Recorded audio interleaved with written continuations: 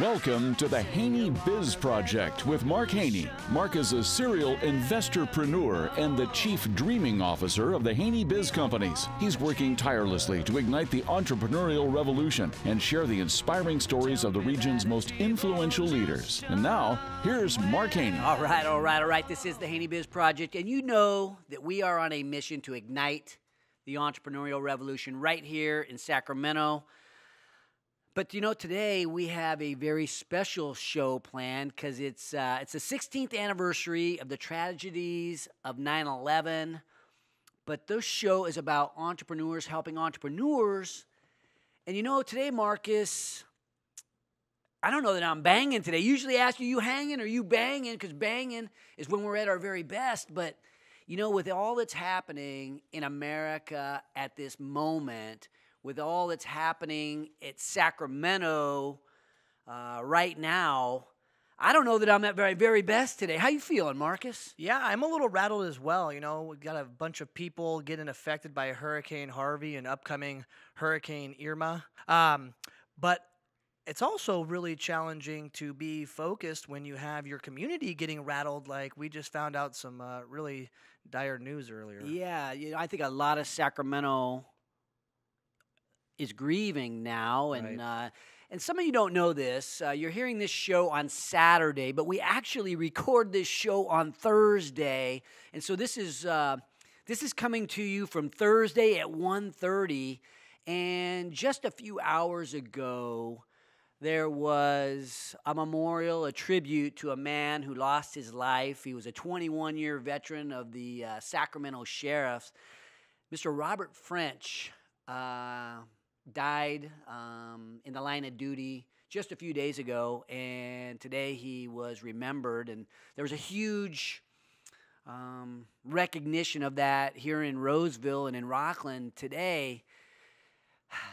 But I just got a text from my good buddy Greg Van Duzen that there was another officer-involved shooting right here in Sacramento just a few hours ago, right as the procession was, I guess, in occurrence. And it just, my heart goes out to the people that are grieving today, that have lost a loved one. There were also 2 California highway patrolmen shot in that same officer-involved shooting just a few days ago. And today's guest was supposed to be Johnny Fenner. She is one of the high-ranking members of the California Highway Patrol, and she was going to come on the show today and talk about her career and really, in a special 9/11 show, talk about first responders. And today she's unable to make it because she's grieving. Her friends under her command were wounded in action, and she's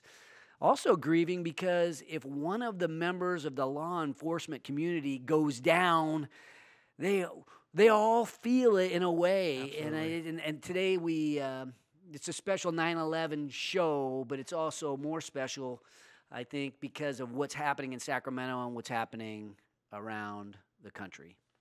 Marcus, I don't know, you know, 9/11, just thinking back about 9/11 and how it affected you. Yeah, it's interesting. I was in 8th grade when 9/11 happened, and I remember going down to the kitchen, and it was about 7:30 a.m., and saw the TV and the news of an airplane hitting the World Trade Centers, and I didn't even know really what that meant or what the impact was going to be for our nation. But that day, after going to school, and in every class, all we did was watch the news, I really learned what being a patriot is all about on 9/11, 16 years ago. Yeah, well, you joined the Marines, and you obviously served in a time of war, and I think that I would say that leaves all Americans thinking, what can I do? Right. And I think at a time like today, as a Sacramentan, what can I do? Where these men and women, you, Marcus, fall into this category. You have risked your life trying to make this a place where the rest of us can build small businesses or chase whatever dreams we might have. And we would not have that if it were not for the men and women in uniform. So I got to thank you at a time like this, Marcus. But coming up in the show today, we have guests that we need to give some gratitude to as well, and we'll dive a little bit deeper into their psyche, what makes them tick. Today, coming up in the show later, we'll have detectives Rick and Rita Cobb, my friends from Southern California, the dynamic crime-fighting duo of Riverside. One locks up the murderers, and the other puts the sex offenders behind bars. But also later in the show, we're going to meet Dan Bout, a man who has been keeping California safe. Dan is the Assistant Director of Response for the California Office of Emergency Services. But coming up after the break, we will meet an American hero. He is the Lieutenant Colonel of the California National Guard and has just returned from a rescue mission for Hurricane Harvey. Mr. Tom Keegan is in the house. Join the revolution at HaneyBiz.com, brought to you courtesy of 5 Star Bank. This is the HaneyBiz Project.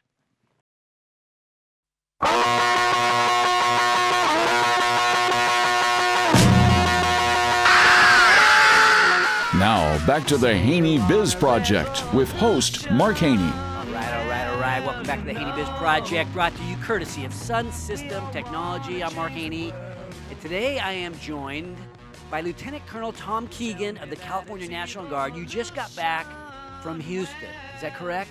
Correct. We were working out of Fort Hood, but we were providing support to Houston, Beaumont, and I think it was Port Arthur. It was another town down there in southeast Texas. Can you give us an idea of the devastation that's happening right now in Houston? And then also, we've got more storms coming in with Irma on the way. What's it look like now? This is Thursday, so if you're hearing this out there, know that this is Thursday at 1:30.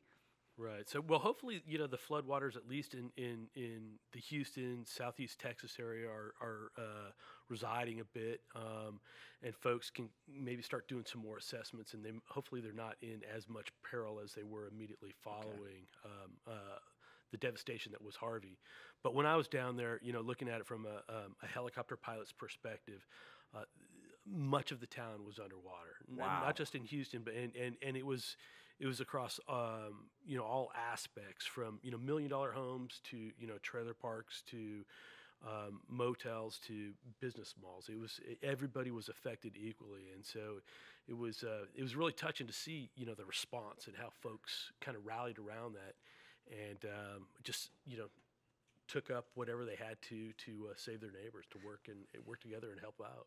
And when you think about what's happening right now in Sacramento, right? Today's the anniversary not today, this week is the anniversary of 9/11, and this is a special tribute to the first responders and the people that do so much to keep us safe in the homeland. But there's been some devastation right here in Sacramento with some officer-involved shooting and obviously the death of a Sacramento sheriff. And it makes me wonder, as a civilian, what could I do? I always think, what could I do, and how could I say thank you to guys like yourself who are putting your life on the line for the rest of us? How do we say thanks?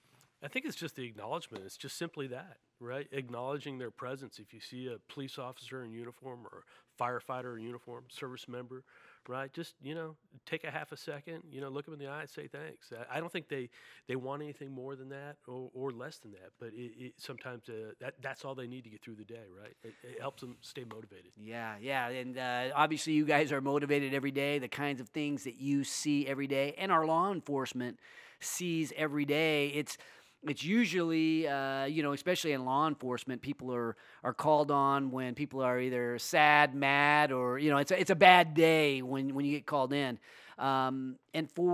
But for you today, you live here in Sacramento. I want to get a background of your career, because you have you're more than just a guy that flew into Houston to help out with the victims of Houston. Can you give us an overview of your career and how it spanned over the years? Sure. Yeah. I'm real lucky. I'm a local boy. Grew up in Carmichael. I went to Del Campo. Went in the Marines. After working on A4 Skyhawks and in aviation in the Marines for 4 years. I got out, I went to college, went in the Army, started flying helicopters, got a commission in the Army, flew for about 10 years, and then about 12, 14 years ago, I went over to the Air Force and started flying combat search and rescue missions. Couldn't get enough, huh? It was just a calling. It was the next thing. It was the next thing in line for me, and so it just worked out really good. Timing was great, and I was lucky enough to be a part of an amazing unit out of Moffett Field in San Jose, the 129th Rescue Wing, and the men and women down there do great stuff, and I'm really lucky to be a part of it and be a part of their group. Where were you at 9/11? So I was my wife and I had just bought a place up in Folsom, and I was driving into work to Mather. I was in the Army then, flying counter-narcotic missions for the Army out of Mather Air Force Base. And I heard the news as I was driving in, and my wife called me right about the same time I had heard it because she was watching it on the TV. And so we spoke about it, got to work, and we didn't fly that day. But the very next day, it was really eerie. I went out on some missions, but nothing else was flying.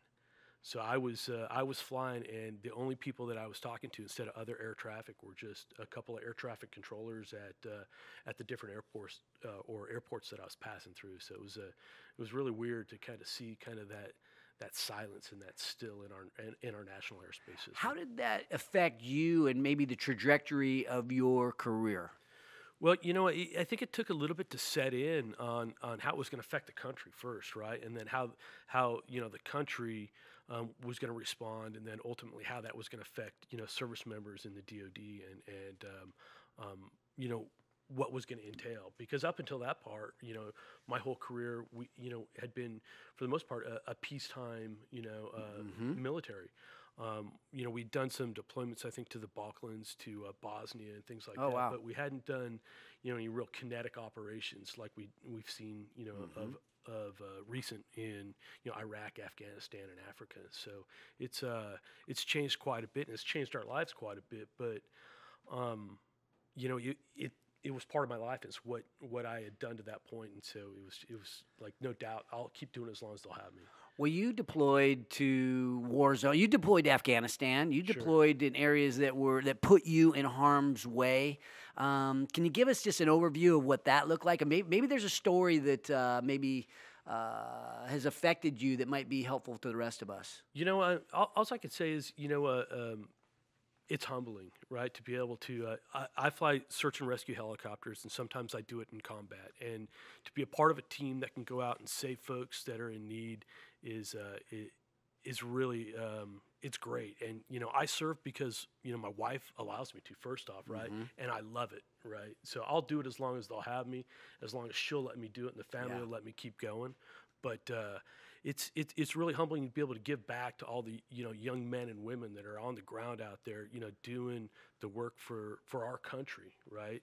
To be able to go pick them up, when they're down at feeling down and they're at their worst. So you're picking up guys that are have been wounded. IEDs, we're in the middle of troops in contacts or TICs. Oftentimes we're doing it at night under night vision goggles, landing to really obscure locations, brownout landings, and it after a while I don't say you get numb to it, but you realize that the folks on the ground need you more, right, than anything. So you go. We always go. That's our motto, right? These things we do that others may live, and those things that we do is we go and we stick our nose in, and we do our best to get whoever's on the ground out, keep them alive, and get them to a surgeon so they can fight another day. Yeah. What kind of toll does that take on your wife? And you've got children. They're pretty resilient, right? And I'm lucky, but I think it's part of the that's that dynamic. Our relationship is such, and I say that I'm allowed to serve because she lets me, but it really is. It's a partnership, and she knows, and she's a part of it, and she serves as much as I serve, right? Because she's a single parent back home here while I'm deployed. Because you're deployed for months at a time. You bet. And so we've got 20,000 soldiers and airmen in the California National Guard that do the same thing, right? All the time. Currently, we've got soldiers deployed to Jordan. We've got soldiers that are going to Afghanistan. We've got folks that are leaving tomorrow to go down to support Irma in Florida. Just got back from Harvey. We've got folks out fighting fire with helicopters. We've got 6 helicopter crews deployed here in our state. Wow. 250 soldiers of the California Army National Guard are out on the fire lines. They're arriving on the fire lines today to work with CAL FIRE, with OES, and help put out those fires and protect, property and people and their livestock here in California. So it's an amazing organization. It's great to be a part of. Well, you, in just a matter of hours or days, are going to Florida to find out or to help on what's going on with Irma. Correct. So my unit, the 129th, hopefully, all things working out, they'll get on some C-17s and fly down to northern Florida tomorrow to be in a position to support, Floridians when Irma strikes. So. And just in perspective, so the rest of us can understand, when you get ready to go do something like that, what kind of emotion goes through your head when you're saying, I'm going to go in, and this could be the worst storm in American history, is what they're saying. Is it trepidation? Is it excitement? What kind of mood are you in when you get ready to go do something like this? Well, I think for the younger guys and gals, it's probably that excitement. For me, it's just the planning. Okay, what did we forget? Let's look at the last debrief and the last AAR, after action review. Look at the lessons learned from the last one, make sure that we don't make any mistakes that we made in the last time. So, having some compassion for the folks on the ground, making sure that we're doing that right and taking care of all those folks while we're over there. And again, just we can't afford to make mistakes that we've made in the past. So that's my thing as a leader, is make sure that we're there with the gear we need, in the spot, right time, place, manner to provide support. Tom Keegan, I want to thank you for what you do for our country, what you've done in the past, and really what you continue to do, and for joining us on the show today. Very insightful, and I think it gives us all a little bit more perspective as we face this challenging time right here in Sacramento and right here in the good old US of A. When we return, we're going to have Dan Bout joining us. Dan is the Assistant Director for the Response for the California Office of Emergency Services. Join the revolution at HaneyBiz.com. By our sponsor, Rockland Audi. This is the HaneyBiz Project.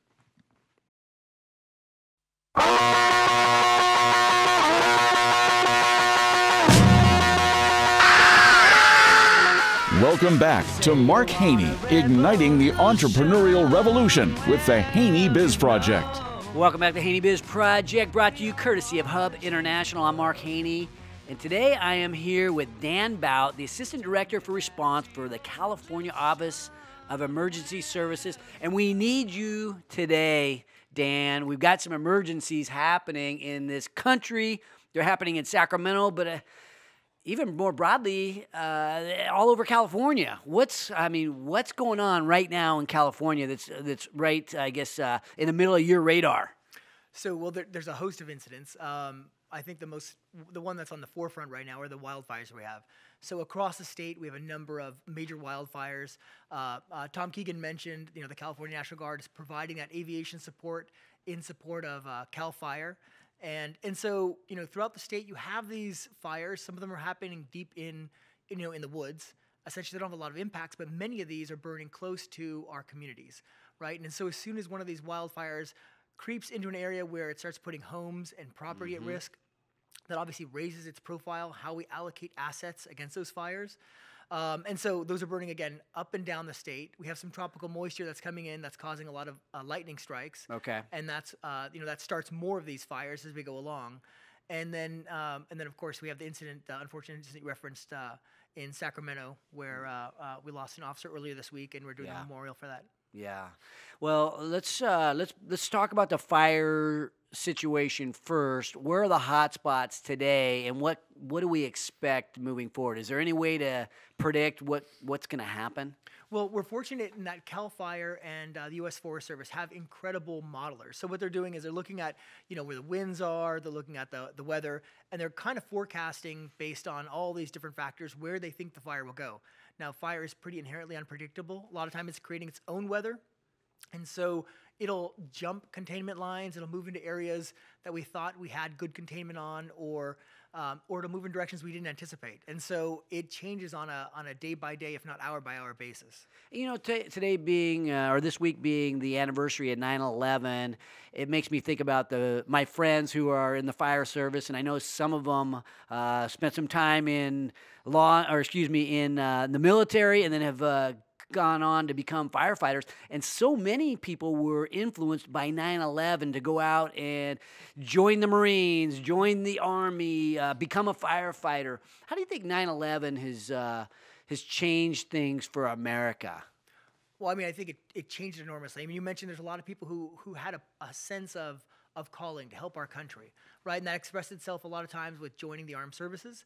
But a lot of times there were people who became first responders because they looked at those heroes in the aftermath of what happened in New York and the Pentagon, and they said, you know, this means something to me, right? This person's life has meaning. They made a difference, and I want to be part of that community. And so there's an enormous amount of first responders that, you know, really felt that first calling when they saw the aftermath. Well, I think that's when I saw America come together. We're watching this on the news, my son and I, as I'm getting ready to take him to school, and he ended up joining the Marines. But I remember that time being a time when America came together, and it just makes me, and then now you see us maybe separating in some ways and for certain reasons. And I'm wondering, what can we do as ordinary citizens? Obviously, you have a huge influence in bringing people together, but what can we do to bring people together? Does it really take tragedy to bring people together? Wow, that's I don't know that it takes a tragedy to do it, but you know, anytime you have these precipitating events, something where people really question what has value to me, right? That's when you start to see this. I mean, it happened in Harvey. And I'm sure it's happening right now in Florida. People band together when they have, like, you know, a reason to band together. And short of that, a lot of times you don't see that quite as much. You know, you'll see the cliques form, and like, I mean, it's a lot of times very similar to grade school, right? People will hang around the people that they meet, they know, and it's not that they're trying to exclude anyone. It's just their circle's relatively associated with their immediate interests. And well, how would you compare what's going on in California and the kinds of disasters that we face, I guess natural disasters, when it comes to fire, earthquake? How would you compare that to the devastation that other states might see? Obviously, what's going on right now with Harvey and Irma is off the charts. That's at level 10 in terms of a nightmare, I suppose. But how does California stack up to that in terms of natural disaster and emergency needs? Right. So, I mean, most of what you see is the emergency management infrastructure, right? So what we would call the incident command system. So the DNA for how we respond, not just in the United States, but internationally, started here in California because we had such an enormous wildfire threat, because the kind of incidents we face, whether they be catastrophic earthquakes or catastrophic flooding, are of such a magnitude that we have to kind of have these rules for how people will coordinate in large disasters. So from the framework of capabilities, we have, I would argue, the best capabilities in the world. But again, to match that, we have these threats. You know, unlike what we're seeing with the hurricanes, where you have multiple days of notice, when our earthquakes hit, we won't have but a few seconds of notification. And so that's a whole different dynamic because you have no time to prepare other than what you put into practice beforehand. What is preparation? So there's no way to prepare for an earthquake, I take it. But what about fire? Is there a way to prepare for fire? Well, I should be clear. There actually are things you can do, right? Okay. So, and these are things that are easy to miss. But things like having a kit at home, right? Talking with your children about, hey, here's what we're going to do if a disaster happens. Making sure you talk to your daycare provider or school and know, hey, if this happens, right? If we have an earthquake, if there's a scenario and I can't contact the school, where are the children? What's their safe area? What's the procedure to pick them up? And a lot of times parents, you know, they assume that, well, the school saw through it, and assuredly they have. But if you don't know that answer, and now you can't call your school because the phone lines are down, now you're in a panic situation, right? And you're not thinking at your best, right? And so, yeah, like anything, you want to have a plan beforehand. You want to have thought through at least, here's what we're going to do. And now you don't feel that like pit of your stomach, like I'm unprepared when it happens. Well, let's talk about the overarching career that you have, Dan. You're also an Army lieutenant colonel, right? You're in the reserves. Talk to us about that, and maybe just how your career, what inspired you to take on this this role of helping out our community, helping out our country. So, so I joined back in the 90s, and I enlisted in the active duty Army. Initially, just because I needed college money. I was like, hey, this is great. You see the kind of the commercials and rappelling out of helicopters. Yeah, I'm like, looks that's fun. what I'm gonna do. You an athlete? Absolutely. Yeah. And so I joined, and it kind of became a little bit of a calling. I really appreciate. I like being with the infantrymen down in the dirt. I had a couple deployments on active duty, but at the time these weren't combat deployments. It was like Bosnia Herzegovina. And then I left active service because I wanted to finish graduate school. That's why I enlisted in the first place. And so when 9/11 happened, I was just a newly commissioned officer now in the infantry, and I was teaching graduate courses at UC Davis. And then so you're a newly commissioned officer in the infantry, and you're teaching classes at UC Davis. Right. Okay. So talk to us about what happened from there. So I was in their doctoral program, and so the first thing I did was, I basically called in and said, hey, I can't teach class today. So I was a active guardsman. I reported to the headquarters, said, okay, so, where are you sending me?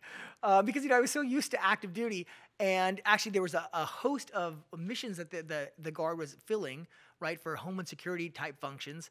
And so they found one of those, and I took a time off from school, and actually only took about a month off. So I was scheduled for deployment. This was in the spin-up prior to the actual war. Okay. And I had about 2 or 3 months. So, I remember when I went into course, there's a lot of questions, where were you for the first month? And it was a little interesting because we're still in that period where people really didn't realize how disconnected they were from the military. So, I had students asking me like, they're like, okay, so you're a ranger?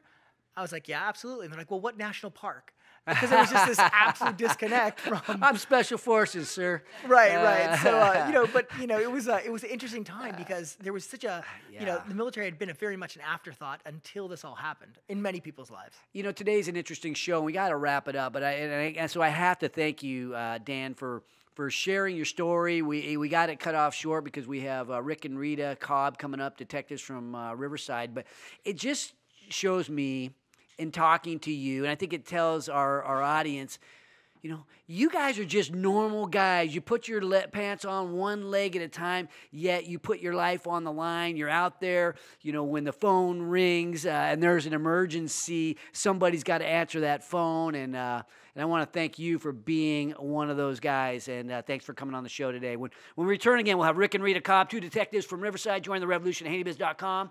Brought to you courtesy of the Entrepreneurs Organization of Sacramento and law firm Greenberg Traurig. This is the HaneyBiz Project.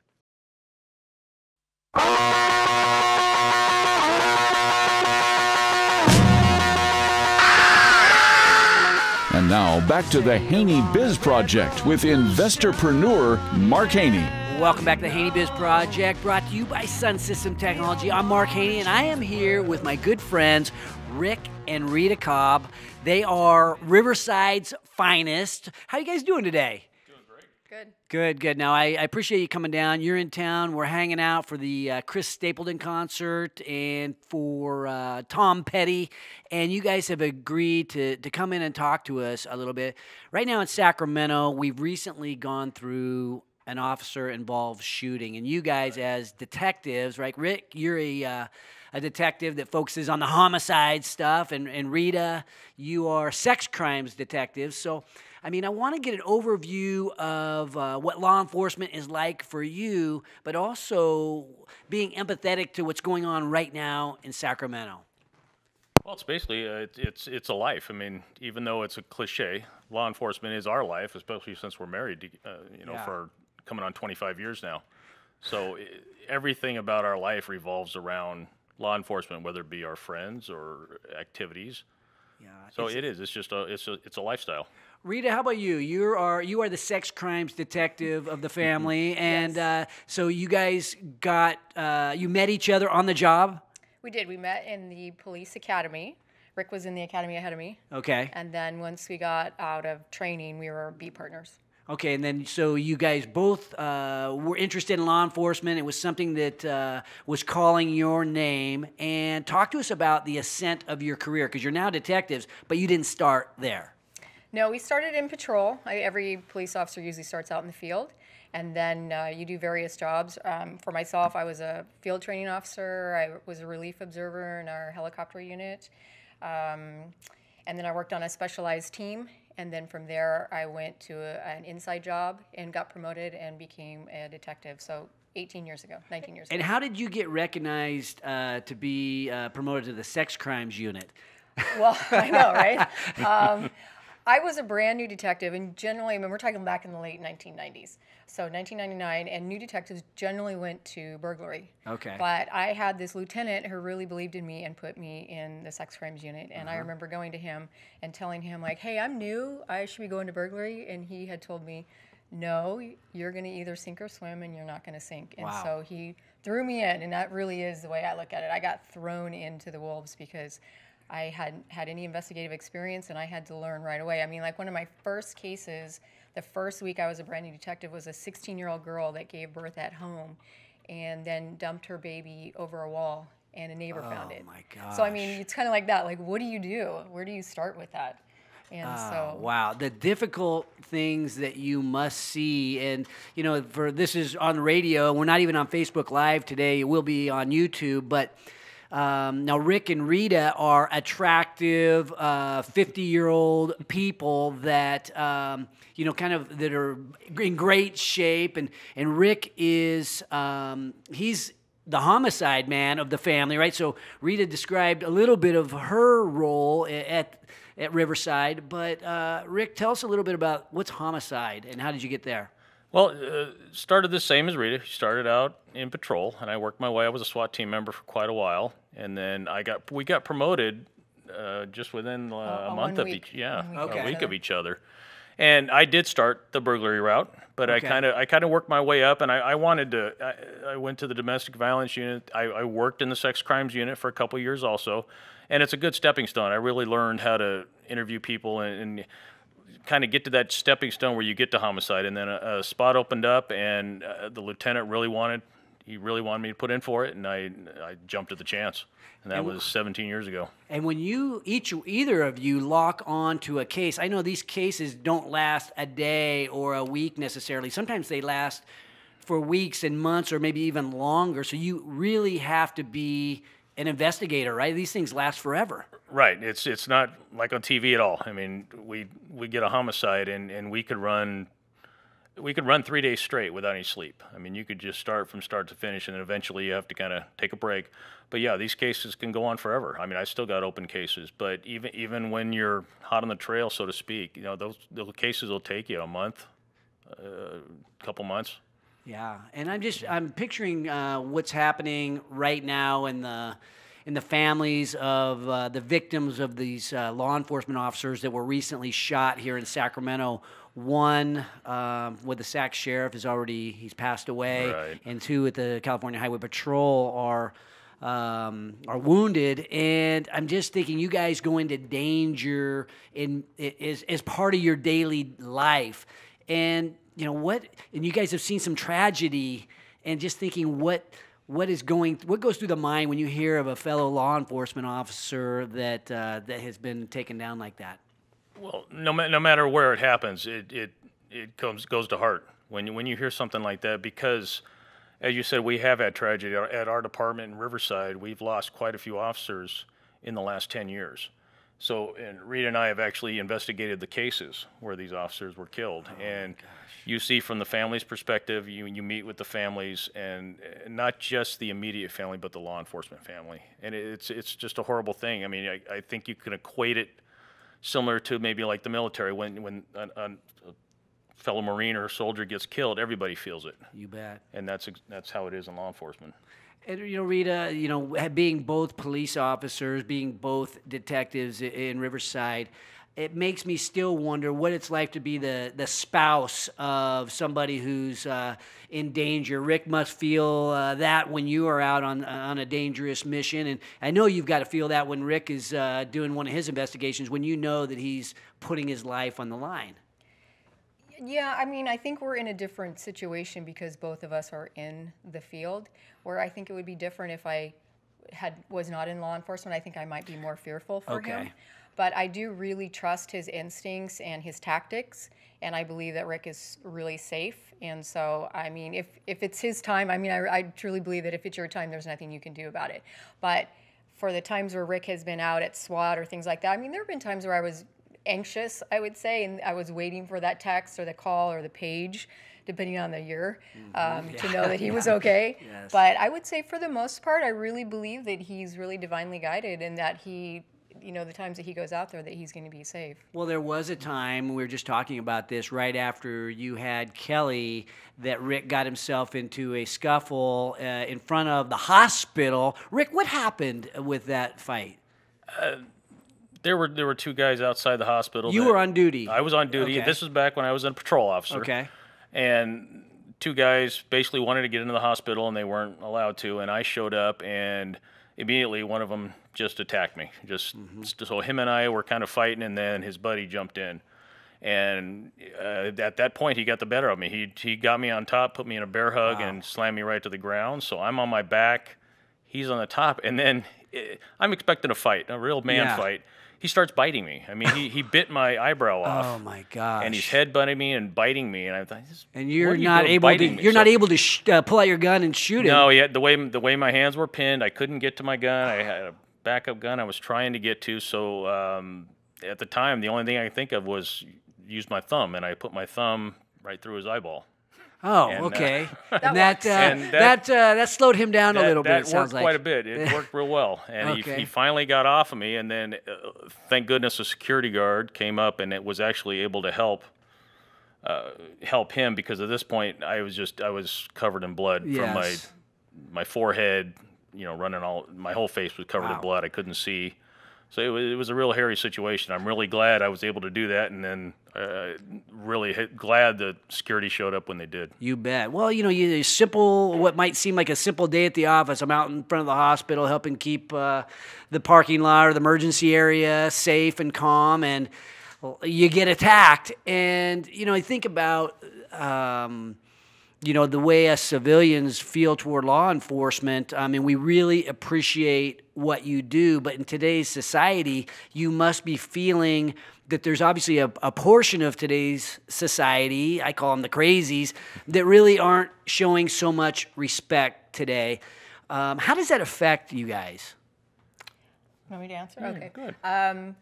Well, I think we deal with 10% of the population 90% of the time. Mm-hmm. So you have that group of individuals who, no matter what, are never going to like you, right? They're never going to be, they call you all the time, but they're not going to be the ones that actually like you and appreciate you. But 90% of the population, maybe it's less than that at the moment, does appreciate you, and they only call law enforcement for really serious things. So I think how we look at it is that you can't judge the majority of the population by those that are the loudest at the moment, because really it's those other individuals that you get phone calls or you get cards in the mail sometimes. I tell you, more and more right now in the last few years, with all the, if you want to call it hatred towards the police or the disrespect towards the police, we get a lot more people thanking us.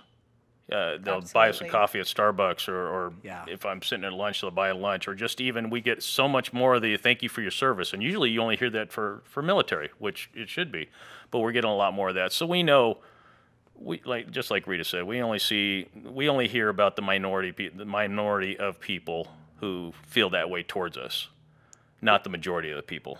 And both of you two are approaching the retirement age. You're not retired yet, but you're on the back nine, so to speak. Just as you look back at your success and the career that you had, if you could describe that in one word, Rick, how would you describe your 25-plus years in law enforcement?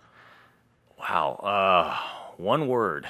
I know. 2 words. You go 2. I just interesting. I mean, okay. I guess if I had to say one word, but of course you expand that out. But we've seen it. I don't want to say seen it all, but you've seen almost all you can, and the highs, the lows. We've been through everything, and it's been an interesting ride. Never a dull moment. No. Okay, Rita, I know. it's your turn, girl. I was gonna say awesome. Why because awesome? I think that it has been an awesome career. I'm a girl in a man's world, so to speak, and a smaller one, which is interesting, right? So I have to be smarter than the bad guy. So I learned early on that I wasn't going to kick anybody's butt. You know, I was going to have to shoot physically, him, right? But I was going to put a good fight up. I was going to do my Yeah. best. I'm going to, you know, do what I can to save myself and anybody else. But that I had to have the gift of gab. I better learn how to talk my way into putting handcuffs on people, and that it's been a great career for me. I've loved it. Oh, no doubt. Rick and Rita Cobb, Riverside's finest, thank you for sharing your story with us here in Sacramento as we deal with this very difficult time in our community with the recent shootings. And anyway, thank you. It is always interesting to talk to you guys. Never a dull moment, Rick, and always awesome, Rita, for privileged to be your friend. And I really feel privileged that you're sharing your story right here in Sacramento. Well, thank you for having us. Thank you. You know, next week on the show, we have Eric Levy coming on. He's the founder and CEO of Luxor One. We do a little sponsor appreciation, Marcus. Who should we be saying thank you to, Dave? Yeah, absolutely. Wanted to give a shout out to Kim Silvers at Silvers HR. Has responsibility for all your HR needs. Yeah, Kim Silvers is awesome.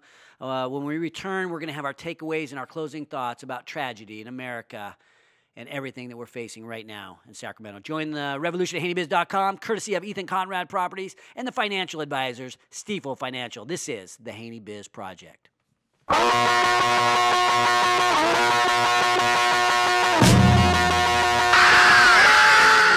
Welcome back for Mark's takeaways from today's HaneyBiz Project. Welcome back to the HaneyBiz Project, brought to you courtesy of Silvers HR. I'm Mark Haney, and today we've been talking about tragedy and can there be perspective without tragedy? There's some things in life that happen that are unexplainable, but sometimes these tragedies, they force us to find the strength to carry on. Back here with Marcus Haney. Marcus, takeaways?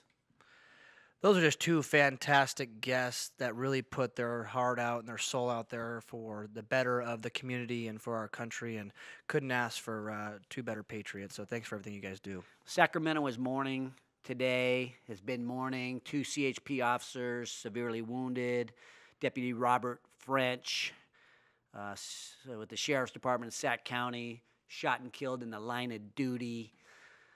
2 other CHP officers shot, which I mentioned, but today, you know, another guy was shot. A Sac City, I guess there was a couple of them, and we just got texted in. The news is still coming in on that. It's Thursday, but anybody going through an unexplainable tragedy, I would just say maybe they're in a better position to gain perspective. And I'm still trying to figure this thing out, but it reminds me of a story about baby Joshua.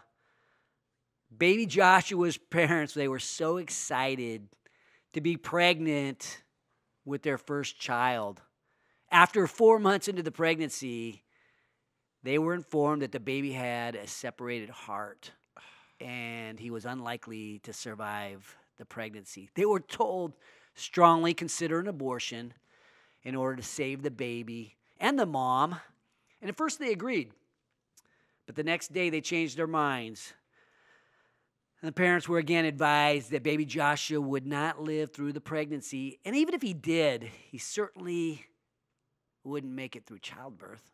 Still, they declined the abortion. They were cautioned again and again, but you know what? They decided that they were going to press on through childbirth, and again warned that he'd probably only live for a couple of days. But baby Joshua's parents refused the advice and decided that every moment matters. You see, in his first 16 weeks, someone who loved him held Joshua. Every minute of every hour of those 16 weeks of his life, he was held. Not for one moment was baby Joshua put down. And baby Joshua, he made it through the pregnancy. He made it through childbirth. And you know what? Those parents wouldn't have changed those 16 weeks for anything. Those parents and the loved ones of Joshua, they'll never be the same. And they know better than anybody that every moment matters. And I think as we think about our takeaways for today, Marcus, you think about what's happened here in Sacramento, what's happening right now with the fires, around California, what's going on in Texas with Harvey, what's going on with Irma, and what's about to happen. We have to remember that every moment matters. And I just want to do a Sacramento salute to the leaders of hometown patriotism, to Sacramento's finest, to all those fighting the good fight for our freedom, our security, and our way of life, to the 13 stripes and to the 50 stars, and to those precious moments of life that are always worth fighting for. Yours. Never above you, never below you, always by your side.